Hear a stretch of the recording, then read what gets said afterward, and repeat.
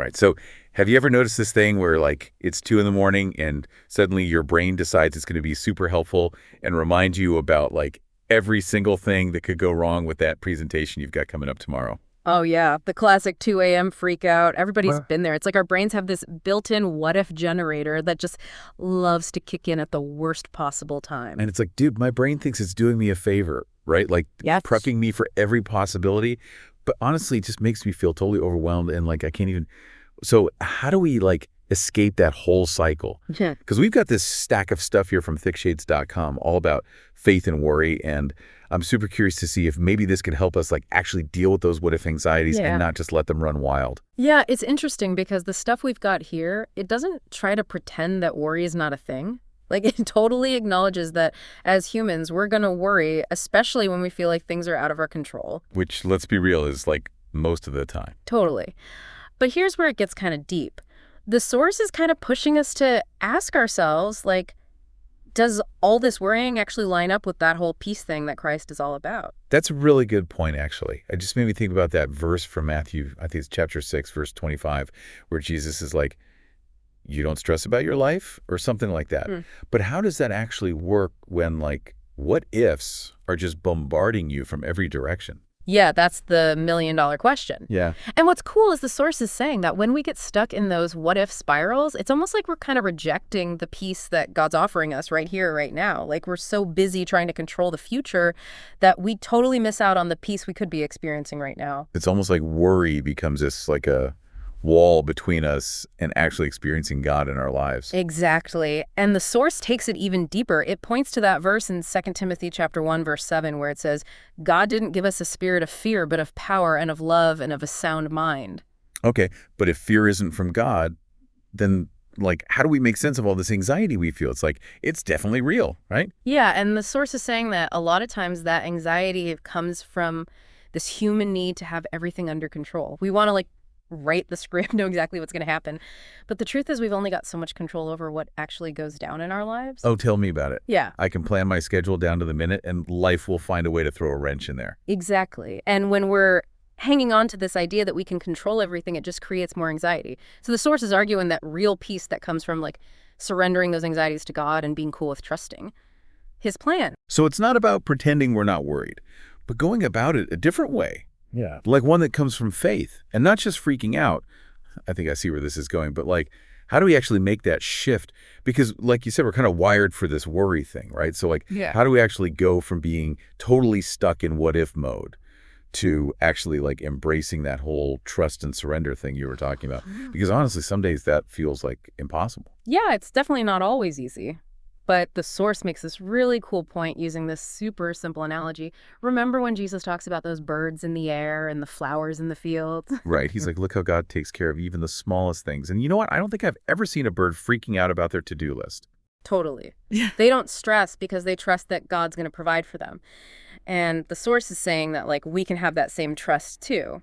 But we're not birds. We've got bills to pay, deadlines to meet. How are we supposed to just like chill out and not worry about any of that? Right. Like, I get it. Those responsibilities are real. But what this source is getting at isn't that we should just ignore all that stuff. It's more about realizing that, like, all our worrying, all our trying to control every little thing, it doesn't actually change anything. Yeah. You know, that verse that's like, who of you by worrying can add a single hour to their life? Oh, yeah. That one's so good. It's from Matthew, right? It's like saying worrying is basically like paying interest on a debt you might not even owe. Exactly. The source is really encouraging us to like really think about this. When has worrying ever actually fixed anything? Did it change the outcome or did it just make you feel stressed and anxious for no reason? Okay, I'm starting to see what you mean. So if asking what if all the time isn't the answer, then how do we change our thinking? How do we start actually living like we trust God's plan? So the source goes into this whole idea of surrendering our worries to God, which I know can sound kind of intimidating at first, but it's not about just giving up on our goals or anything. It's more like finding a different place to draw strength from. So it's not like I'm going to sit back and be like, all right, God, it's all you. I'm just going to watch TV now. Mm-hmm. It's about approaching everything, even the tough stuff, with a different mindset. Exactly.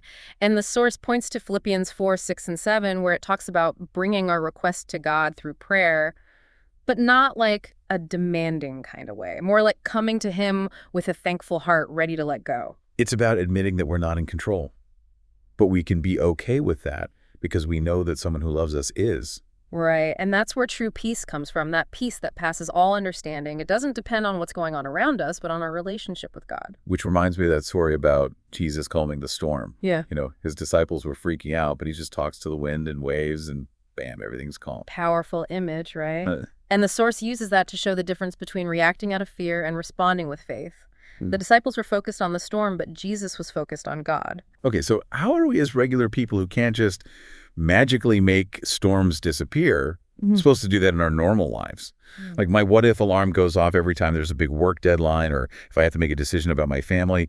How do I lower the volume on that anxiety and actually start living from a place of faith? That's the million-dollar question. And the source actually gives some really practical advice. It pulls from another verse in Philippians chapter 4, verse 8, and it basically says to focus on things that are true, honorable, right? Pure, lovely, admirable, excellent, and praiseworthy. Okay, but how do I do that when I'm already spiraling into what if land? Yeah. It's like my brain gets stuck in that loop. Well, the source says there are a few things we can try. So it's like we can hit the reset button on our thoughts, right? When those what ifs start creeping in, we can choose to focus on things that are good and that line up with our faith. That's it.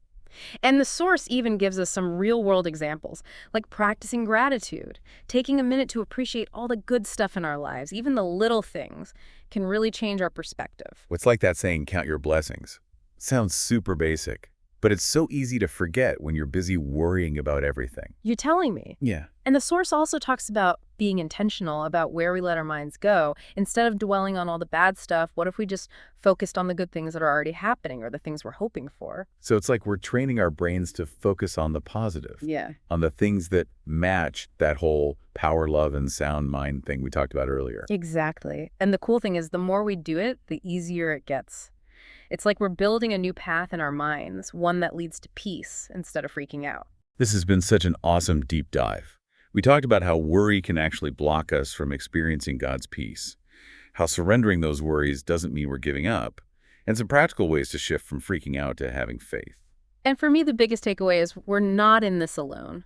When we surrender our worries to God, we open ourselves up to His strength, His peace, and His guidance. So if you're listening to this and those what ifs are feeling extra loud today, just remember, you get to choose what you focus on. You can choose to stay stuck in those anxieties, or you can choose to focus on God's love and His promises. Couldn't have said it better myself. And that's what this whole deep dive has been about, giving you guys the tools and the right perspective to face whatever life throws at you with courage, hope, and rock-solid faith.